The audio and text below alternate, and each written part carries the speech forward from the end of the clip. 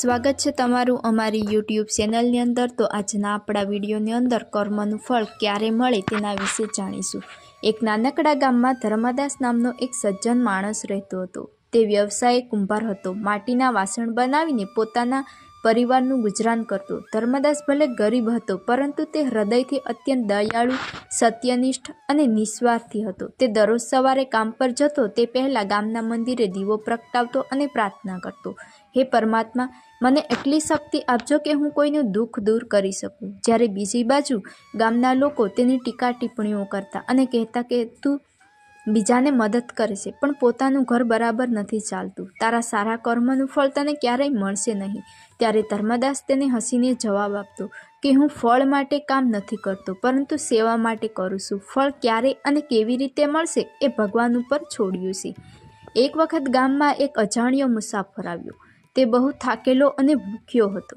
ગામના મોટા ઘરોમાંથી કોઈએ તેને અંદર બોલાવ્યો નહીં અને ધર્મદાસે તેને ઘરે બોલાવ્યો। ધર્મદાસ પાસે પોતાનું અન્ન ઓછું હોવા છતાં તેને ખવડાવ્યું, પાણી આપ્યું, રાત્રે આરામ કરવાની જગ્યા આપી।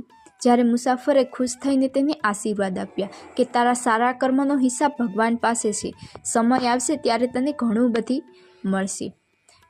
થોડા મહિનાઓ પછી ગામમાં ભારે દુષ્કાળ પડ્યો। ખેતરો અને કૂવાઓ સુકાઈ ગયા। ધર્મદાસ પાસે ખાવા માટે અન્ન નહોતું, છતાંય તે બીજાની મદદ કરવાનું બંધ ન કરતો। એક દિવસ ગામના રાજાના સૈનિકો આવ્યા। તેઓ રાજાના આદેશથી ગામમાં સૌથી સત્યનિષ્ઠ અને દયાળુ માણસને શોધી રહ્યા હતા। ગામના મોટા માણસોએ સૌપ્રથમ તો પોતપોતાનું નામ આપ્યું।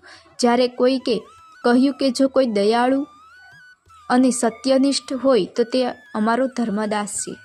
સૈનિકોએ ધર્મદાસને રાજદરબારમાં લઈ ગયા। રાજાએ તેના સારા કાર્ય સાંભળીને ખૂબ પ્રભાવિત થયો અને ગામના મુખ્ય સંચાલન બનાવ્યો। તેને જમીન, ઘર, સંપત્તિ પણ આપી।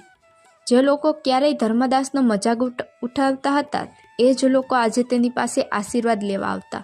ધર્મદાસે બધાને કહ્યું કે સારા કર્મ છે ક્યારેય વ્યર્થ જતા નથી। ભગવાનની નજરે બધાનો હિસાબ છે। ફળ મોડું મળે પણ સાચું મળે। અને આખી ઘટના ઉપરથી આપણને એ શીખ મળે છે કે સારા કર્મ ભલે તરત ફળ ન આપે, પણ એ ક્યારેય વ્યર્થ નથી જતા। દુઃખ કષ્ટ આવે તો પણ સારા કર્મ છે એ છોડવા નહીં।